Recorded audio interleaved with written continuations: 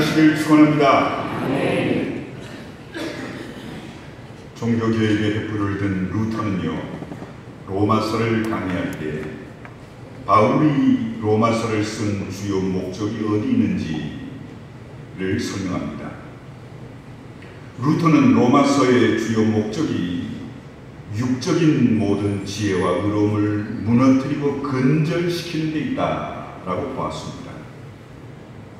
우리 안에서 나오는 모든 지혜, 의로움, 바른 마음 등이 행해진다고 해도요, 사람들이 보기에 매우 훌륭하고 본받을 점이 많아 보여도요, 그것은 하나님 앞에서는 아무것도 아니며 부정되고 근절되어 마땅한 것이라는 사실을 말하는 게 로마서의 의도입니다. 물론 이것이 바울이 로마서를 쓴 주요 목적은 아닙니다. 바울이 로마서를 통해 말하는 내용은 당연히 하나님의 복음이죠. 하나님께서 당신의 피조물을 어떻게 다스려왔고 창조자와 피조물 간의 관계가 어떠했느냐 독특한 역사를 이야기하려고 로마서를 기록합니다. 그런데 그 이야기를 하기 위해서는 먼저 인간의 모든 지혜와 의로움이 아무것도 아니라는 이야기를 해야만 했습니다. 그래서 바울은 사람 안에서 나오는 모든 지혜와 의로움을 완전히 깨트립니다. 인간의 역사 속에서 추앙받는 가치와 철학, 정의, 미덕을 부정합니다. 인간의 모든 행위와 지혜를 눈꼽만큼도 남겨놓지 않고 온전히 부정합니다. 하나님께서 세상의 죄악됨을 보시고 세상의 모든 걸 홍수로 쓸어버렸듯이 바울도 로마서에서 세상의 모든 걸 하나님의 복음이라는 홍수로 싹 쓸어버립니다. 한마디로 말해 로마서의 주제는 의인은 없다는 겁니다. 눈을 씻고 가도 의인은 한 사람도 없고 아무리 의롭고 선량한 사람이라도 다 하나님 앞에서는 죄의 종노릇 할 뿐임을 말하는 겁니다. 바울은 왜 이렇게 인간의 자존심을 산산히 깨뜨리는 이야기를 할까요? 바울이라는 사람이 대체 어떤 사람이기에 인간의 지혜와 능력을 총동원해 쌓아 올린 문화와 종교와 도덕, 정치, 교육, 사상, 과학, 기술 등 인간의 모든 행위와 업적을 깡그리 부정하고 깨뜨리는 걸까요? 도덕적으로 새로운 눈을 떠서일까요? 철없을 땐 보지 못했던 세상에서의 사람의 모든 수고가 다 헛되다는 걸 깨달아서일까요? 아닙니다. 이런 얘기를 하는 근거는요, 부활하신 예수님을 만났기 때문입니다. 예수 믿는 자들을 체포해 옥에 가두려고 다메섹으로 가던 길에서 십자가에서 죽었다고 생각했던 예수님의 부활을 체험합니다.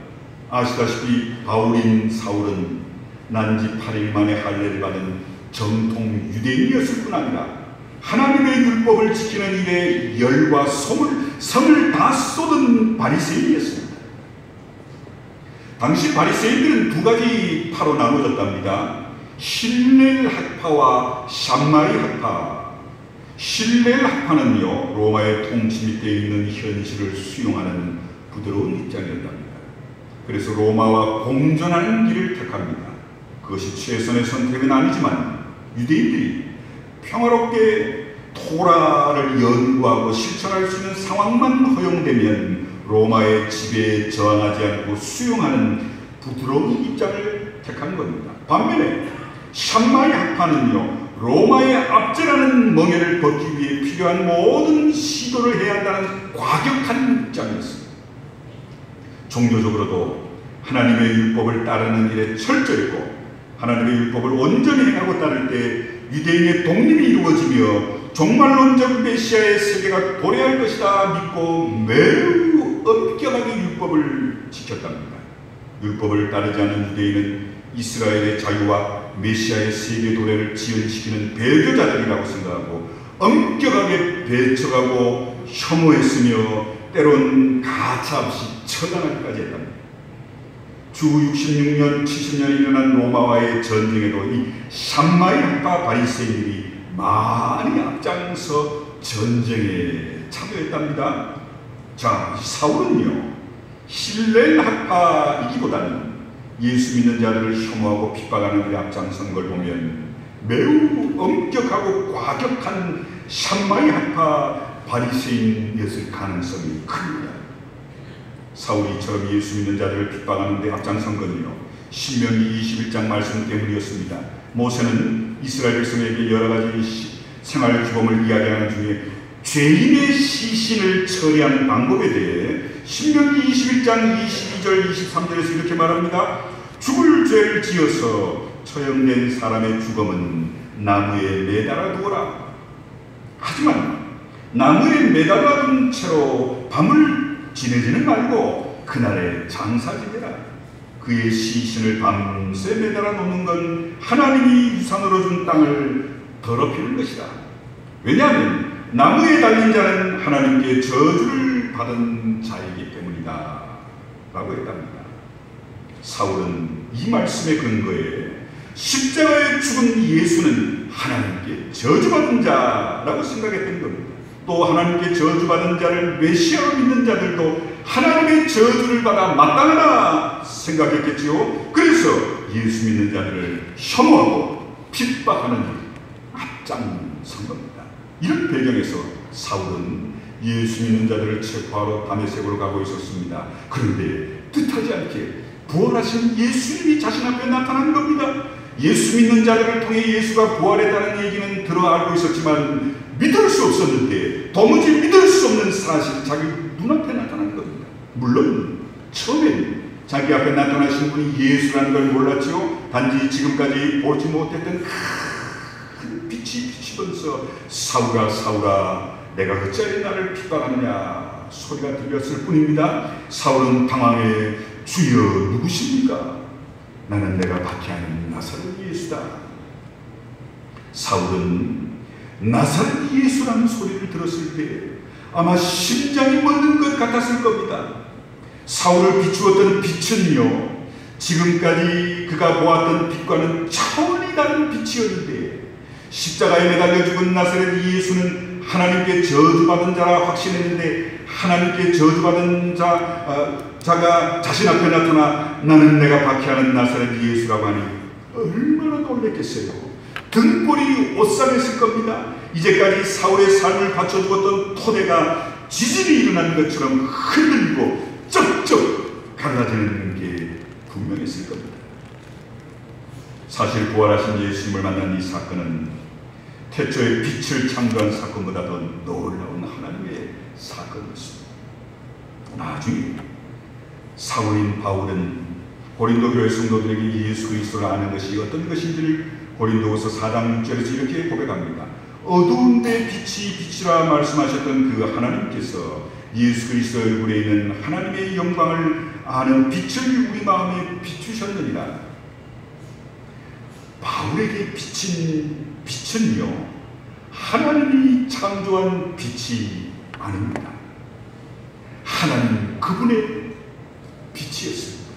그러니 그 빛은 지금까지 세상에서 느끼지 못한 어마어마하게 밝은 빛이 하나님의 빛이 비친 거지요.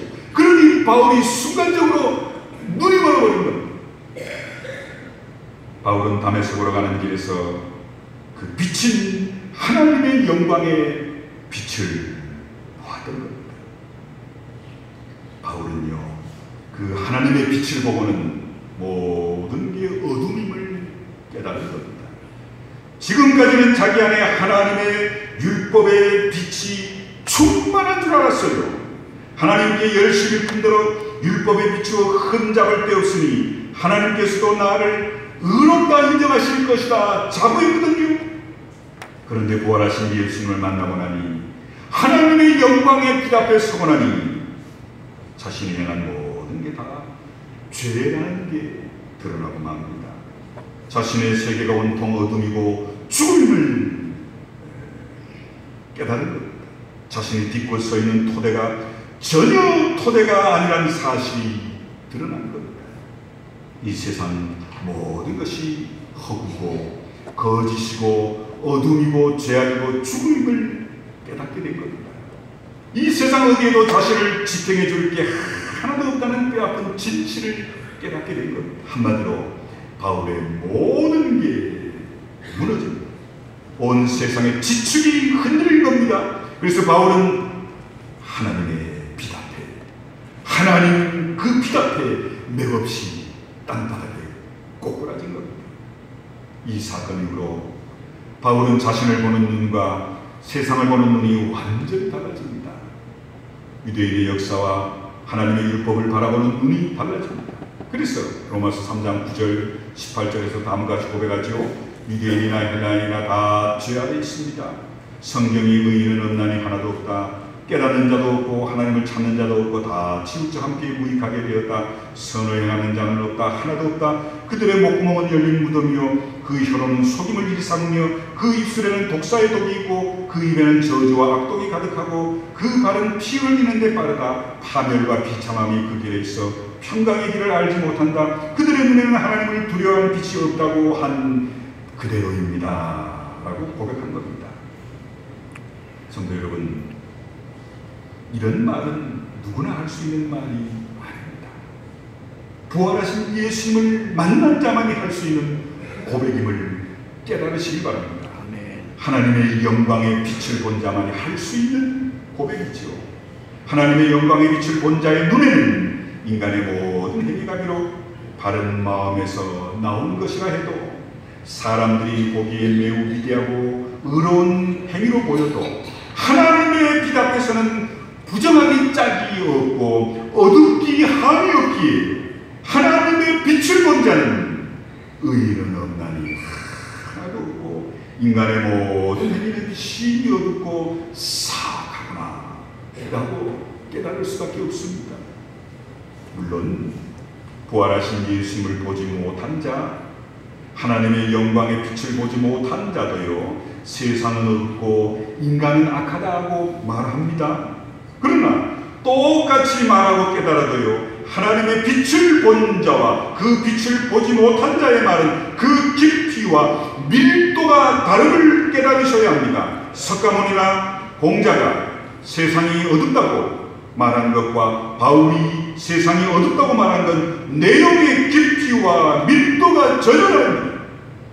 석가모니나 공자는 세상이 어둡다, 인간이 악하다고 말하면서도 인간이 자신의 어둠을 깨칠 수 있다, 인간이 세상의 어둠을 밝힐 수 있다라고 가르쳤지 않습니까? 반면에 바울은 인간이 자신의 어둠을 깨뜨릴 수 없으며 인간이 세상의 어둠을 밝힐 수 없다라고 로마서 3장 20절에서 고백합니다. 바울은 철저하게 하나님만이 빛이시고 하나님만이 세상의 어둠을 밝힐 수 있는 분이심을 고백하고 있는 겁니다. 바울이 로마서를 통해 사람 안에서 나오는 모든 지혜와 의로움을 완전히 깨뜨리고 인간의 역사 속에서 추앙받는 모든 가치와 철학, 정의를 부정하는 건 바로 그래서입니다. 하나님의 빛 앞에서는 모든 게 어둠이고 하나님의 의 앞에서는 모든 게 불의이기 때문이지요. 사울은 부활하신 예수님 앞에서 완전히 꼬꾸라졌습니다. 사울의 지금까지의 모든 게 무너져 내렸고 온 세상의 지축이 흔들렸습니다. 그로 인해 세상에 대한 인식과 자신에 대한 인식이 180도 바뀌게 됩니다. 그래서 로마서 서두에서 바울은 자신을 고백할 때 나 바울은 예수 그리스도의 종이요 하나님의 복음을 위해 따로 세우심을 받은 사도다 라고 고백합니다. 자, 성도 여러분, 종과 사도는요 전혀 어울리지 않는 완전히 모순된 조합입니다. 종은 당시의 노예로 주인의 소유물에 불과한 신분도 없는 존재지요, 반면에 사도는 예수님의 십자가 죽음과 부활을 증언하는 최고의 권위를 가진 자, 예수님에게 선택된 사람에게만 주어진 특별한 권위를 가진 사람 아닙니까? 이처럼 종과 사도는 완전히 모순된 조합인데, 완전히 모순된 두 신분이 바울 안에서 공존한다는 겁니다. 바울은 예수님의 종이면서 동시에 예수님의 사도였음을 고백합니다. 어느 때는 종이었다가 어느 때는 사도였다가 한 게 아니라 항상 바울은 예수님의 종이었고 동시에 항상 예수님의 사도였음을 고백하는 겁니다. 만일요 바울이 예수님의 종이 아니었다면 사도의 직분에 충실할 수 있었을까요? 디모데후서 11장 23절 27절 보면 사도의 직분을 감당하느라 말할 수 없는 수치와 멸시를 받았고 감옥에 갇히고 돌로 맞고 채찍으로 맞고 줄이고 목마르고 굶고 추위에 떨었는데 그런 고난을 다 감수하면서까지 하나님의 복음을 전할 수 있었을까요? 아마 불가능했을 겁니다. 중간에 그만뒀던지 적당히 복음을 변형하거나 왜곡시켰을 겁니다. 자신의 유익과 영광을 위해 적당히 복음을 포장하고 이용했을 게 뻔합니다. 그런데 바울은 그러지 않았습니다. 예수님의 종이니 예수님의 종으로 스스로 자기가 원하는 걸 선택할 수 없으니 온갖 시련과 아픔에도 죽음의 순간까지도 끝까지 복음을 전한다는 예수님의 종인 자신의 신분을 분명히 깨달았기 때문임을 믿으시길 바랍니다. 그렇습니다. 성도 여러분, 예수님의 종됨과 사도됨은 항상 공존해야 합니다. 겉으로 보면 종과 사도는 전혀 어울리지 않는 조합이고 모순된 조합이고 공존할 수 없는 조합인 것처럼 보이지만 종됨과 사도됨은 항상 공존해야 합니다. 특별히 예수님의 종이라는 사실 참 중요합니다. 바울은요 종이었지만 세상 사람의 종이나 왕의 종이나 욕망의 종이 아니었습니다. 바울은 예수 그리스도의 종이었습니다. 그것도 팔려간 종이 아니라 이스라엘의 하나님께 부름받은 종, 하나님의 은혜에 붙잡힌 종, 예수님의 사랑에 깊이 감복한 종이었음을 믿으시길 바랍니다. 이런 예수님의 종이었기에 바울은 세상 모든 것으로부터 해방된 종일 수 있었던 겁니다. 세상 모든 것으로 해방된 종이어야만 그 사람이 진정한 주체일 수 있음을 깨달으셔야 합니다. 그런 면에서 바울은요, 세상 모든 것 위에 우뚝 선 주체, 어떤 권세나 위협 앞에서도 굴복하지 않는 주체, 죽음까지도 넘어설 수 있는 주체로 살아갈 수 있었던 거죠. 그렇습니다, 성도 여러분. 바울이 예수님의 종이었기에 세상 모든 것으로부터 해방된 주체일 수 있었던 것이고, 세상 모든 것으로부터 해방된 주체였기에 하나님의 부름에 올인하는 사도의 길을 끝까지 갈 수 있었음을 믿으시길 간절히 축원합니다. 하지만요, 세상 사람들은요, 사람이 세상에서 주체로 우뚝 서려면 든든한 배경이 받쳐줘야 한다 생각하지요. 남다른 능력이 있다든가, 남다른 배경이 있다든가, 좌우지간에 힘있고 돈있고 능력있고 배경이 있어야 당당하게 세상에서 주체적인 삶을 살 수 있다고 생각합니다. 그래서 부모들이 힘에 겹도록 자식 교육에 힘쓰는 거 아닙니까? 아이들 기죽이지 않으려고 발버둥치는 거 아닙니까? 그래서 사람마다 자기 안에 숨어있는 잠재력을 끌어내기 위해 노력하는 거고, 티끌만한 것이라도 자긍심을 내세울 뭔가가 있으면 자랑하는 게 아닙니까? 그러나 여러분, 이건 아닙니다. 바울을 보십시오. 바울은요, 내세울 게 정말 많은 사람이었습니다.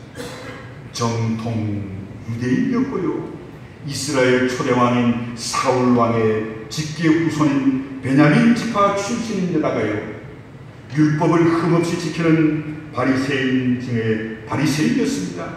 게다가 그리스 문화의 중심지 다소 출생으로 태어나면서부터 로마 시민권 소유자였습니다. 청소년 시절에는요, 예루살렘으로 유학가 하나님의 율법을 깊이 연구해 박사학위를 받은 자입니다. 바울은 이처럼 종교적으로, 인간적으로, 사회적으로, 배경적으로, 출신적으로 빠질 게 없는 당시 엘리트 중에 엘리트였습니다. 유대적인 것, 그리스적인 것, 로마적인 것 모두를 섭렵하고 소유한 진정한 의미의 세계인이었습니다. 정말 누구보다도 주체로 우뚝 설 수 있는 모든 조건을 다 갖춘 사람이 바울이었습니다. 그럼 성도 여러분, 바울이 그런 세상적인 주체로 우뚝 서서 하나님의 일을 감당합니까? 아닙니다. 바울이 주체로 우뚝 선 건요, 그 많은 배경이 아니었습니다. 반대로 이 모든 게 아무것도 아니라는 것, 이런 것으로는 자기가 증명되지 않는다는 것, 이런 것에서 존재의 의미와 가치가 나오지 않는다는 걸 알았기에, 좀 더 정확히 말하면 하나님의 영광 앞에서 이 모든 건 배설물에 불과하다는 것, 예수 그리스도 앞에서 자기는 먼지에 불과하다는 것, 본질상 진노의 자녀라는 것을 알았기에 세상 모든 것으로부터 해방될 수 있었고, 세상 모든 것으로 해방됨으로 진정한 의미의 주체로 하나님 앞에서 귀한 사명을 감당할 수 있었음을 믿으시길 간절히 축원합니다. 세상 사람들이 들으면 이건 말이 안 되는 표현이지요. 인간의 경험과 이성의 눈으로 보면 정말 말이 안 되는 엉터리 아닙니까? 하지만 이 말이 안 되는 엉터리가 예수님 안에서는 엄연한 사실입니다. 보세요. 하나님은요, 우리를 예수님의 종이 되게 하고 주체가 되게 하심을 믿으시길 바랍니다. 하나님은요, 우리를 죽임으로 살리심을 믿으시길 바랍니다. 하나님은 우리를 부정함으로 긍정하심을 믿으시길 바랍니다. 하나님은 우리를 심판하심으로 구원하심을 믿으시길 바랍니다. 하나님은 우리를 위기에 빠뜨리심으로 건져내심을 믿으시길 바랍니다. 하나님은요, 우리를 죽이지 않고는 살리실 수 없음을 믿으시길 바랍니다. 우리를 부정하지 않고는 긍정하지 않으십니다. 하나님은 우리를 심판하지 않고는 구원하지 않으시는 하나님이심을 믿으시길 간절히 축원합니다. 하나님은요, 언제나 그렇게 일하십니다. 그러기에 자신의 힘으로 주체가 되겠다는 사람은요, 절대로 하나님 앞에서 주체로 쓰임받을 수 없습니다. 나는 이미 주체라고 자랑하는 사람도 절대로 주체가 될 수 없습니다. 예수님 안에서 종이 되어야만 모든 것으로부터 해방된 주체로 설 수 있음을 믿으시길 간절히 축원합니다. 사람들은요, 뭔가의 종일 수밖에 없어요. 잘난 자신의 종, 세상의 종, 돈의 종, 욕망의 종, 대중들의 종, 이데올로기의 종, 지식의 종, 국가의 종, 권력의 종, 쾌락의 종, 일의 종, 인기의 종, 자식의 종입니다. 사람은요, 돈 방석에 앉으면 어떻게 될까요? 돈의 종이 됩니다. 권력의 자리에, 최고의 자리에 오르면, 대통령의 자리에 오르면 어떻게 된 줄 아세요? 그 권력의 종이 됩니다. 지식의 왕관을 쓰면요, 지식의 종이 됩니다. 누군가를 사랑하면 그의 종이 되잖아요. 또 너무도 잘난 자기 스스로의 종된 삶을 사는 사람들이 얼마나 많습니까? 자기 잘난 맛에 아나무인적으로 사는 그런 자신의 종된 부끄러운 사람들이 얼마나 많습니까? 그러나 성도 여러분, 우리 교회와 성도들은요, 오직 예수님 안에서 종이 되어야만 모든 것으로부터 해방된 주체가 되어 바울처럼 하나님 앞에 귀하게 쓰임받게 될 줄 믿습니다. 바울이 바로 그 산 증인입니다. 바울은 부활하신 예수님 얼굴에서 하나님의 영광의 빛을 보았지요. 그 빛을 통해 인간의 지혜와 의로움, 이 배설물에 불과한 걸, 인간의 역사 속에서 추앙받는 가치, 철학, 정의, 미덕, 자격, 잘남, 모든 게 다 아무 소용이 없다는 걸 깨닫게 됩니다. 그리고 그는 예수 그리스도의 종이 됩니다. 예수 그리스도의 종이 되므로 주체로 우뚝 설 수 있었고, 주체로 우뚝 섬으로 사도의 길을 묵묵히 끝까지 갈 수 있었던 겁니다. 바울이 많이 배워서 젊기 때문에 태생, 배경, 출신, 박사학위, 그의 해박한 구약 성경에 대한 지식이 그가 사도로 신약 성경의 많은 부분을 기록한 줄 아세요? 천만의 말씀. 그건 바울의 고백처럼 다 똥과 오줌과 같은 것이었습니다. 오직 그는 예수님께 붙잡힌, 예수님의 종이 된, 언제나 예수님의 종됨을 고백한 하나님이 바울을 들어 놀랍도록 쓰신 거지. 그에게 박사학위가 있기 때문에, 경험이 많기 때문에, 수단과 또 방법이 좋아서 천만의 말씀. 그래서 바울은요, 로마서 서두에서 나 바울은 예수 그리스도의 종이요 사도로 부르심을 받았다 고백한 건요. 왜 하필이면 로마서 서두에 난 예수님의 종이고 그래서 사도로 부름을 받았습니다라고 고백한 건 인사치레 겸손의 제스처가 아닙니다. 부활하신 예수님을 만난 사건과 그 사건에서 비롯된 신앙과 신앙이 농축되고 또 압축되어 나온 고백임을 믿으시길 간절히 축원합니다. 참 전 목사지만 로마서는 참 어렵습니다. 얼마 전까지만 해도 로마서는 주석서를 보지 않으면 이해를 못했습니다. 목사님 저도. 로마서는 참 어렵습니다. 바울이 그의 신학을 온전히 짚대서 난 게 로마서입니다. 우리가 이 로마서라는 넓고 깊은 강을 건널 즈음이면요, 우리의 입에서도 바울과 같이 나는 예수 그리스도의 종입니다, 이 고백이 우리 모두의 가슴 깊은 곳에서 터져나왔으면 간절히 바랍니다. 나는 예수 그리스도의 종, 이 한마디예요. 간단한 것 같지요? 여러분, 쉽지 않습니다. 난 예수 믿고 구원받겠습니다, 이 고백이요, 간단한 줄 아세요? 아직도 못하는 분들이 많지 않습니까? 예수 믿고 신앙생활하면서도 난 예수 그리스도의 종입니다. 뭡니까? 예수님이 하라는 대로 하겠습니다. 시키는 대로 하겠습니다. 가라는 대로 가겠습니다. 하라는 모든 일 다 하겠습니다. 이 고백이거든요. 나는 예수 그리스도의 종입니다라는 이 한마디.